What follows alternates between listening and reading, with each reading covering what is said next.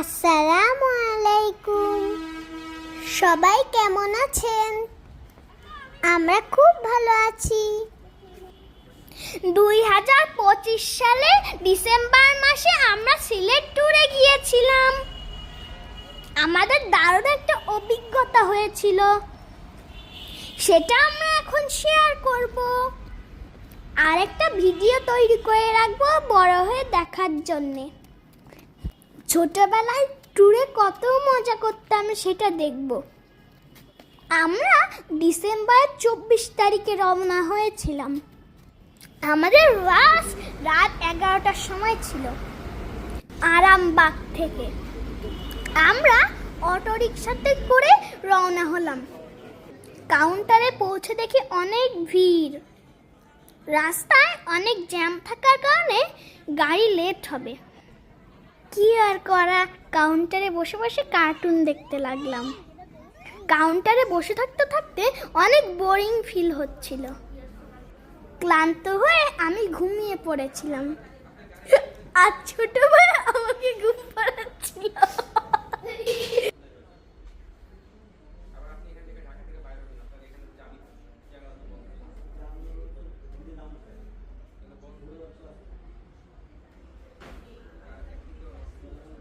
আম্মু এগুলা সব ভিডিও করে রেখেছিল, আমরা বড় হয়ে যেন দেখতে পারি তাই।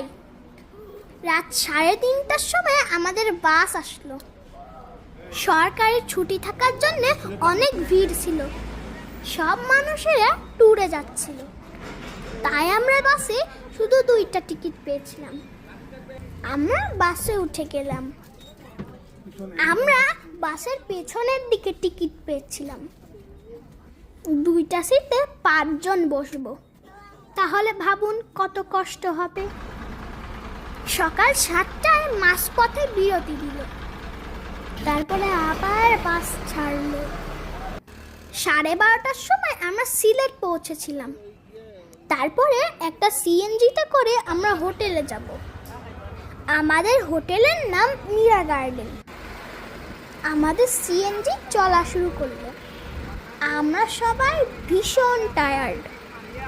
তারপরেও নতুন শহরে আসছি, ভালো লাগছিল।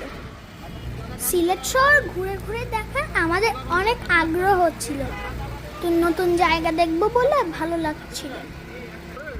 আমরা হোটেলে গিয়ে প্রথমে ফ্রেশ হব, তারপরে হালকা নাস্তা করে বের হব।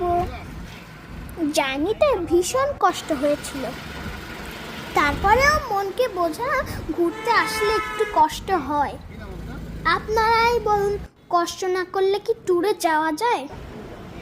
আমার ঘোরাঘুরি করতে অনেক ভালো লাগে। একটু একটু কষ্ট হলেও আমি মেনে নেই। আমরা হোটেলে পৌঁছে গেছি। এরপরে আমরা হোটেলের ভেতর প্রবেশ করলাম। হোটেলের আঙ্কেলরা আমাদের একটা ওয়েলকাম ড্রিঙ্কস দিল। খেতে তেমন ভালো না হলেও আমরা খেয়ে ফেললাম, কারণ আমরা ভীষণ টায়ার্ড ছিলাম। জুসটা শেষ করেই আমরা আমাদের রুমে যাব। আমরা এখন রুমে যা ফ্রেশ হব। আল্লাহ হাফেজ। নিচে ক্লিক করতে হবে কথা।